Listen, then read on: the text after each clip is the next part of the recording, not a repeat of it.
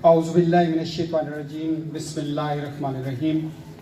محترم مہمان ظفر بندیال صاحب، امیر صاحب، پرنسپل، ٹیچرز اور طالب علموں، السلام علیکم۔ اسٹوڈنٹس، نومبر اور خاص طور پر 9 نومبر علامہ اقبال کی تعلیمات، علامہ اقبال کی شخصیت کی طرف ہم متوجہ ہوتے ہیں۔ علامہ اقبال کا پیغام، علامہ اقبال کی فکر، علامہ اقبال جو اپنے نوجوانوں سے تقاضا کرتے تھے، اس کی ضرورت کل بھی تھی، آج بھی ہے اور ہمیشہ رہے گی۔ علامہ اقبال کے پیغام نے، علامہ اقبال کی فکر نے ایک غلام قوم کو آزاد کرایا، اور آج ہم جن پریشانیوں سے گزر رہے ہیں، یقیناً آج بھی علامہ اقبال کا پیغام ہم سب کے لیے اہم ہے۔ آج بھی ہمیں علامہ اقبال کا پیغام اسی طرح رہنمائی کر سکتا ہے، اسی طرح ہم ان تمام تر برے حالات سے جن میں ہم سے گزر رہے ہیں سے نکال سکتا ہے۔ کیوں نہیں علامہ اقبال کے پیغام کے بارے میں نہ صرف ہم ہندوستان کے مسلمان بلکہ تمام مسلمان علامہ اقبال کے پیغام کو جس نظر سے دیکھتے ہیں، ان کے نزدیک اپنی اہمیت ہے۔ افغانستان میں جہاد چل رہا تھا تو افغانی کہتے تھے کہ ایک پاکستانی، ایک ہندوستانی ہمارے ساتھ شروع سے لے کر آخر تک جہاد میں شریک رہا ہے، شروع سے لے کر آخر تک جہاد میں شریک رہا ہے۔ اور وہ کون تھا؟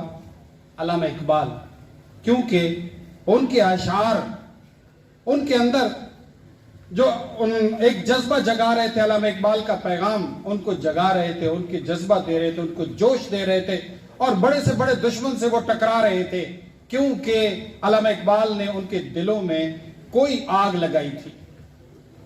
ایران میں جب انقلاب آیا تو انہوں نے بھی انکشاف کیا کہ ایک پاکستانی، اس کو ہم کبھی نہیں بھولیں گے، اور ایک پاکستانی وہ ہمارے جہاد میں ہماری رہنمائی کر رہا تھا، ہمارے ساتھ تھا، اور وہ علامہ اقبال کی شخصیت تھی۔ آپ سے جانتے ہوں گے کہ علامہ اقبال کا سب سے زیادہ کلام جو ہے وہ اردو کے بجائے فارسی میں۔ علامہ اقبال بہت ساری باتیں ہیں، لیکن ایک چیز میں کہنا چاہتا ہوں کیونکہ مہمانوں کو ٹائم دینا ہے، وہ یہ ہے کہ علامہ اقبال قرآن سے، ہمیں چاہتے تھے کہ ہم قرآن سے ہم رہنمائی لیں اور قرآن کے ساتھ ہم منسلک ہو جائیں۔ تو علامہ اقبال کے ایک شعر میں اس میں پڑھوں گا، وہ زمانے میں معزز تھے مسلمان ہو کر، اور تم خوار ہوئے تارے کے قرآن ہو کر۔ وہ زمانے میں معزز تھے، وہ ہمارے آبا، وہ معزز تھے کیونکہ وہ قرآن کے ساتھ جڑے ہوئے تھے، قرآن کی تعلیمات کے ساتھ جڑے ہوئے تھے، اور ہم خوار ہو گئے ہیں جہاں میں کیونکہ ہم نے قرآن کو چھوڑ دیا۔ ہم جو ہے ملا بن گئے ہیں، مولوی بن گئے ہیں، عالم بن گئے ہیں، صوفی بن گئے ہیں، سجادہ نشین بن گئے ہیں، لیکن قرآن کو وہ اہمیت ہم نے نہیں دی۔ قرآن کی تعلیمات ہمارے لیے بہت اہم ہے، کیونکہ یہ اللہ کا پیغام ہے، ہم سب کے لیے، تمام مسلمانوں کے لیے، بلکہ پوری نوع انسانی کے لیے۔ تو یہی قرآن تھا جو ابو جہل کے مہمان آتے تھے تو وہ ان کے کانوں میں وہ کپاس کے پلگ رکھ دیتا تھا کہ ان تک قرآن کی آواز نہ پہنچے، اور یہی آج بھی ہو رہا ہے، کل بھی ہوتا رہا ہے کہ ہمیں قرآن سے دور رکھا جاتا ہے۔ تو علامہ اقبال چاہتے تھے کہ ہم سب قرآن پاک کے ساتھ جڑ جائیں، قرآن پاک کی تعلیمات کو ہم سمجھیں کہ اللہ ہم سے کیا تقاضا کر رہا ہے۔ تو علامہ اقبال کی تعلیمات کا سب سے بنیادی نقطہ جو میں کہوں گا وہ یہ ہے کہ ہم سب کو قرآن پاک کے ساتھ تعلق رکھنا چاہیے۔ تیرے کعبے کی جبینوں سے بسایا ہم نے، تیرے قرآن کو سینوں سے لگی، شکوہ کے جو اشعار پہلے بھی آپ پڑھ رہے تھے کہ تیرے قرآن کو سینوں سے لگایا۔ جنہوں نے قرآن پاک کو سینوں سے لگایا، قرآن پاک نے نہ تو انہیں بھٹکنے دیا اللہ تعالیٰ کی اس کتاب نے، اور نہ ہی ان کو ذلیل و خوار ہونے دیا۔ تو علامہ اقبال کا یہ پیغام ہم ذہن میں رکھیں کہ علامہ اقبال ہم سب سے چاہتا تھا، ہم سب کو چاہیے کہ قرآن پاک ہر روز اس کا مطالعہ کریں، کم از کم ایک آیت کا مطالعہ کریں۔ اور قرآن پاک کی تعلیمات کو سمجھنے کی کوشش کریں۔